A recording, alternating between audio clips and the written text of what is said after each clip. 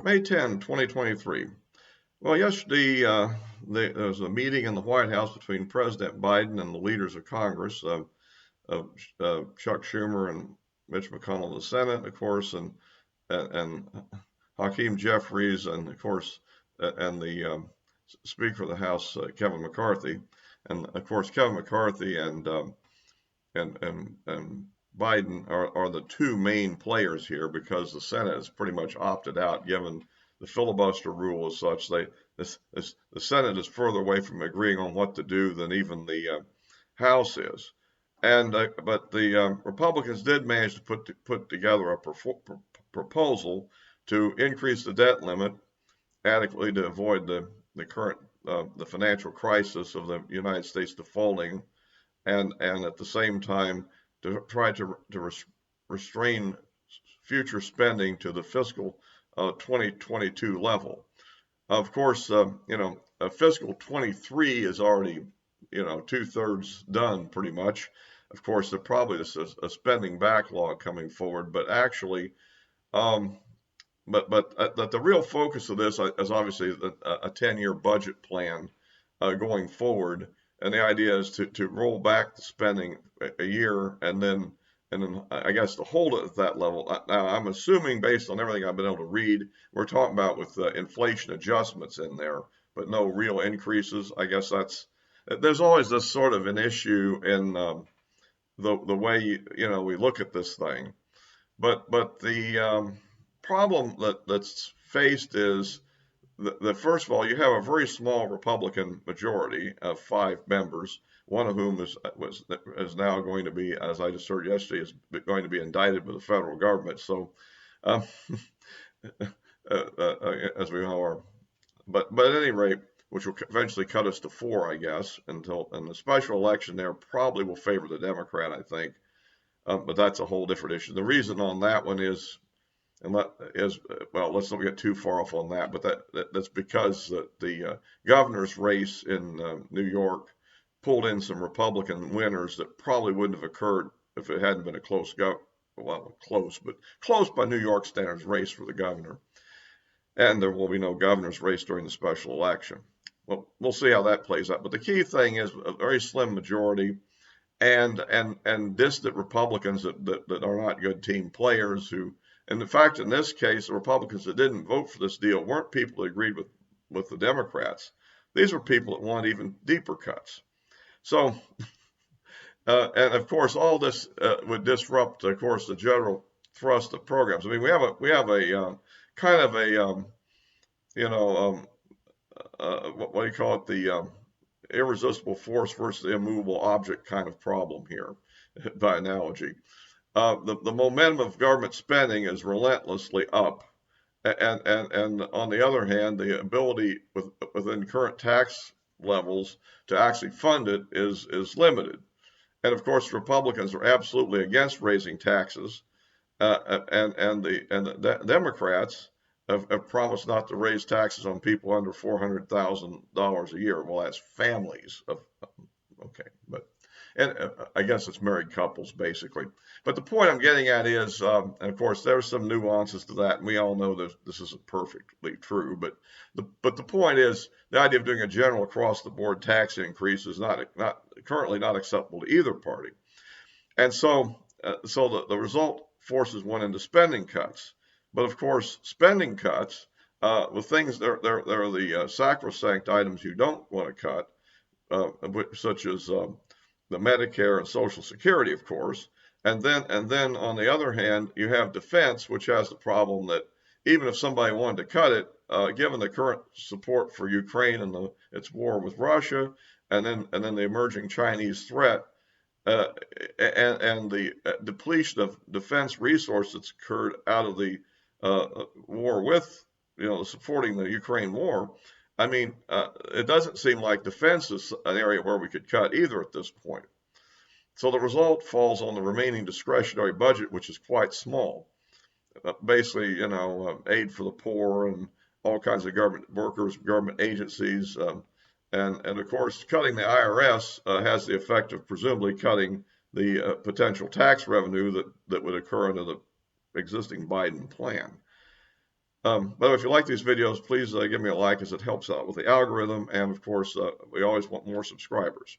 Yeah, so you see the problem here. Add to the fact that, again, you have a very inflexible group of people on both sides, with the leadership of the House that's always in risk because of the egos of various individual members of the Republican caucus.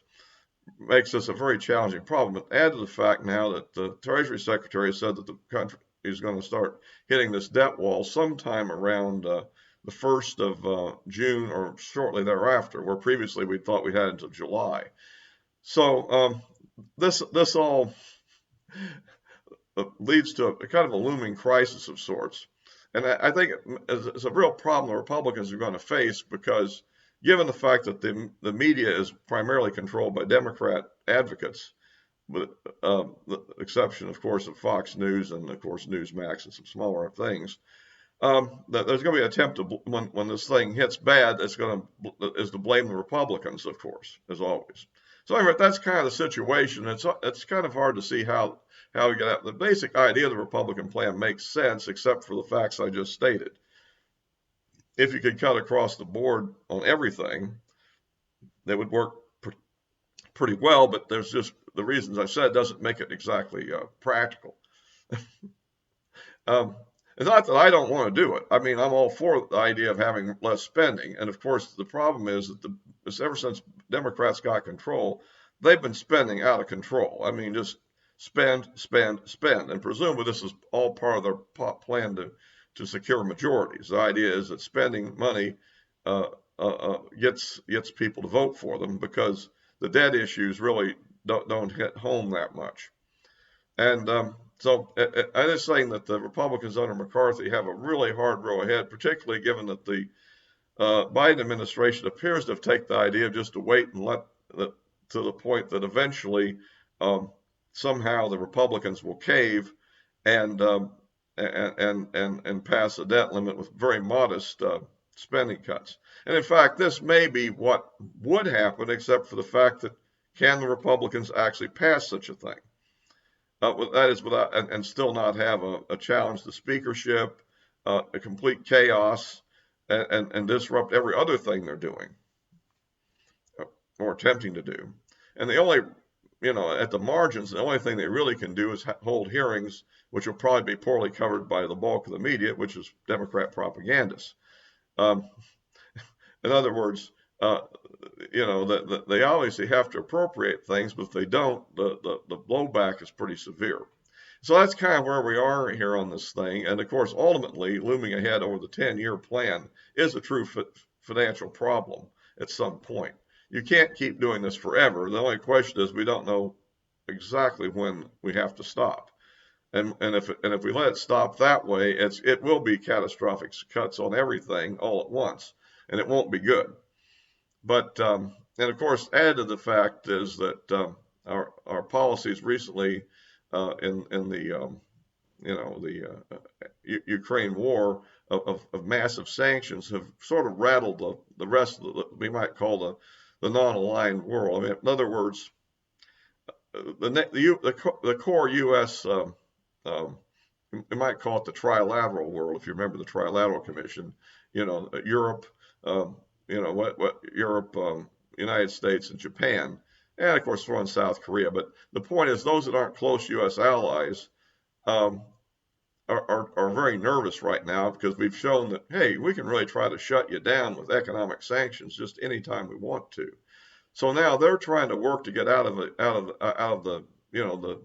the dominant dollar-based economy, and China's wanting to do this for their own purposes, just to achieve their own world dominance. So if the idea of the dollar as being the reserve currency goes away, or is at least muted, this is going to reduce our ability in the long run to actually continue to spend like we've been doing. And even as it is, given that we're trying to fight inflation at the moment, the problem remains that you have increasing amount of the budget that's being spent is actually just interest on the debt, and that will be growing as old treasuries mature and have to be replaced with new ones at higher interest rates. I mean, in my own money market fund, I've seen things go from a rate of effectively zero. Well, if you take off the management fees to about around 4.5% minus management fees for about 3/10 in the span of less than a year. So this is, is going to have a big effect when you consider you're talking about over $31 trillion for the government managing their thing, and that's going to eat up a lot of anybody's budget plan. So at any rate, that's the dilemma I had, and of course, when you have two sides that are absolutely, a very split Senate, with in fact Joe Manchin going rogue from the Democrats, and perhaps Kristen Sinema leaving the party, but maybe ideologically not as different than she was before, and this is probably over her plans for a Senate run, and then the House with a very slim Republican majority, and we're just about to lose one, I think, our liar from New York, who's now under indictment, and well, we'll see how that plays out. But this is going to be challenging, and the problem is a complete humiliation of the Republicans is not good for the Republican chances in 2024, which are also stressed by the oncoming prosecutions of Donald Trump. I mean, he did, I think, in a way, he kind of lucked out on his civil suit the other day. It's called a loss, but the jury didn't find he was lying about the rape, but simply turned it into a case of him not being lying about the fact that there was a assault, basically less than that, and the judgment was only $5 million, which for us would be the end, but for Trump, I think he can handle $5 million, and it gets rid of the case. He says he's going to appeal, but I don't know how far that's really going to go. But at any rate, but the real issues again is the federal prosecution of the special counsel, this Jack Smith character, because this is where Trump really faces some, I think, real problems. And I just saw so at any rate, so you have that on the fact that the Republicans may not be able to hammer out much of a deal. I think the best they can really probably hope for is, some restrictions on